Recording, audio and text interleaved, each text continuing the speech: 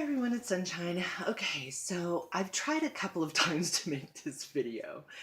Um, so bear with me. I've been writing about it, I've been mulling over it for a couple of days. So I want to talk about how judgment prevents us from receiving our gifts from the universe. And when I say the universe, I also mean from each other because we are the universe as well. And in particular, I want to talk about self judgment and how that manifests and how that again prevents us from receiving our gifts from the universe. So, where does judgment come from? I think that most of us, not all of us, we're born with all of our gifts intact. And our higher self gifts, our intuitive gifts, our all of that's intact. Um, but then we experience this world. And through those experiences, whether it be from family members, whether it be the undereducation system, whether it be, doctors, our peers, a lot of judgment happens and a lot of labeling happens. And we very much as children internalize that. And I think that even if at some point in time, as we get older and those hurts, that we're able to transmute that energy and be grateful for those judgments at those times because that taught us how not to be a judgmental person. I still think that there is very much a subconscious uh, thing that happens that we can often hang on to that we're not even aware of. So let's talk about that. When we're labeled and we're judged by others, we adopt coping mechanisms in order to protect ourselves, and that can manifest into trust issues. Where um, when I've received gifts from others in the past, it's come with um, attachment or expectation, or um, I'm not going to um, leave myself vulnerable, and so people who have helped me in the past have simply just judged me and hurt me, and so I'm going to put up a protection of pride that I don't need to um, ask anybody for help. That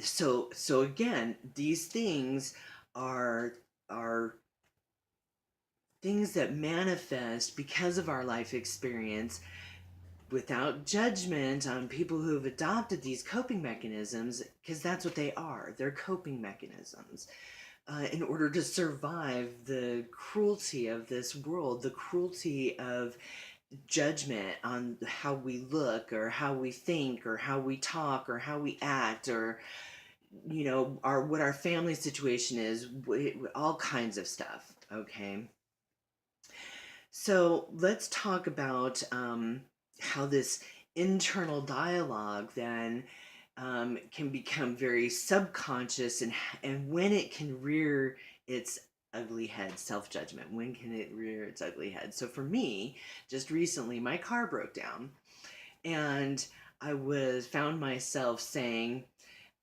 first of all, why me?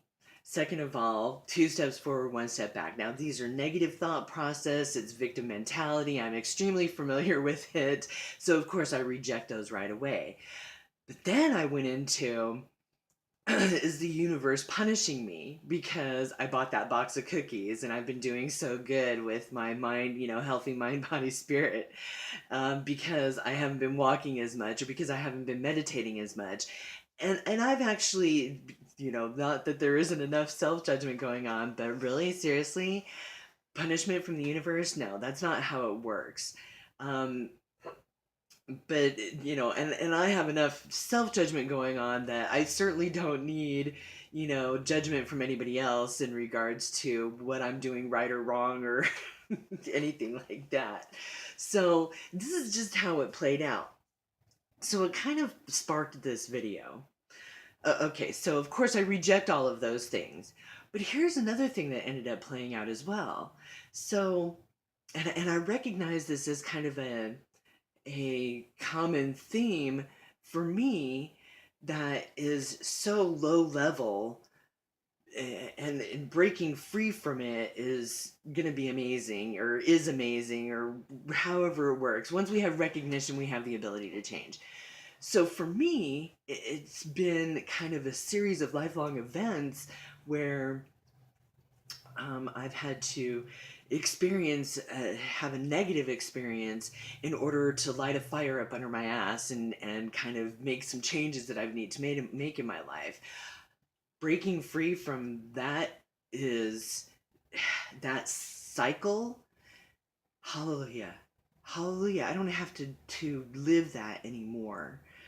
Um, and I think a lot of that comes from self-judgment in a very subconscious way. Haven't figured all of that out yet, but I think that that's how that works. So, again, through awareness, we have the ability to change not only consciously, but I think awareness in a conscious way elevates our subconscious awareness as well, and really is that's happening, and we're able to wipe those slates clean so that we don't have to keep going through these cyclical experiences, that we gain more control over our own life experiences to where we don't even have to have negative experiences. It can all be positive experience. That is kind of the bliss place that I spoke of, where it's just that purity of energy in creating a reality, that we experience. So we're all getting there. All right, don't give up. So I wanted to share with you, yeah, how this judgment and subconscious. One of the things that sparked this video, um, was, and I mentioned it in another video. There was a gentleman who posted a community comment. He's a tarot reader, and he compared humans to trainable dogs. Some are trainable, some are untrainable. Okay, well, he did another community post where he said, and he called it some law. I don't know where he's getting these laws.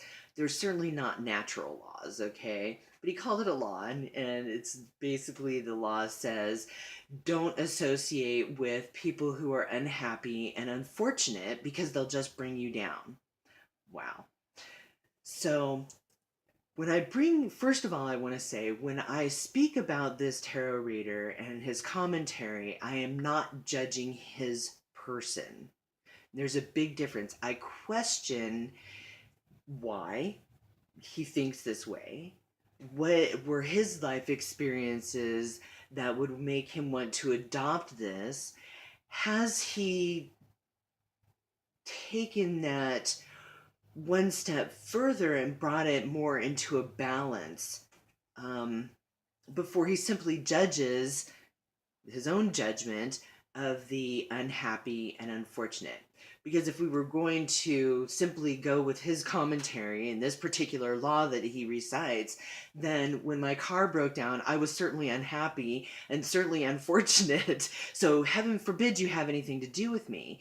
But thank goodness that there are those people in the world who recognize how important it is to lift people back up when we've all experienced unhappiness and unfortune. And rather than judging me, you would then lift me up and say everything's going to be okay, it's all going to work out just fine. I do that internal dialogue with myself. It lights a fire up under me, and the craft projects that I've been working on, I'm going to be able to sell them this weekend, and yeah, make the money to be able to get my car repaired. So I just wanted to talk about how I think on a very subconscious level, we do judging of people rather than questioning of them. And Seven did a video last night about, willful ignorance, and about, and he spoke about cognitive dissonance. I did a radio show. I don't know if I posted. I did a radio show way back about cognitive dissonance, what it is exactly, defining it, and how it plays out and manifests in our life.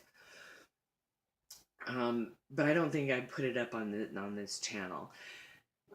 So anyway, back to that. So what we see playing out in the world is a world of people who are stuck in judgment, who are pointing fingers in order to possibly avoid their own self-judgment, their subconscious own self-judgment. So it's a lot easier to project that out into the world and start judging others. Um, so there's a difference between, and so like I would be more than happy to reach out to this tarot reader with questioning, why, what made him adopt this law into his life?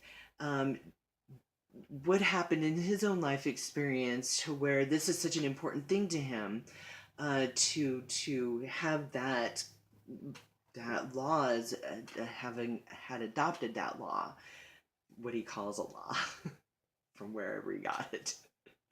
So I'm not judging him as a person. I am just simply questioning. And when you begin to question with bodhicitta through loving kindness, that really opens the door to being approachable. And when you're approachable, you are not in a defensive mode, you're in approachable mode. It's same thing as the energy of receiving our gifts from the universe when we're doing self-judgment rather than questioning why we are either in self-judgment or projecting judgment on others. It is a very defensive kind of place, and all these walls are up, and it totally is opposite of the energy of being receptive. Um, so I just wanted to share that, if you are having difficulty receiving gifts from the universe, I know that I certainly have, or even accepting gifts from others, or even having an open enough mind to accept what their gifts are and how that can affect you in a positive way, then you may want to reflect on how is that manifesting into your own reality in being able to receive gifts from the universe, or being able to step up your own game into stepping into your higher self and being able to use your gifts for your own personal benefit and the benefit of others. So with that being said, I hope I kind of covered the topic. Um, Put yourself in receiving mode. Remove judgment from your life, judgment of self and others, and watch the amazing gifts of the universe start flooding in to your world. All right, y'all, have a good one. Bye now.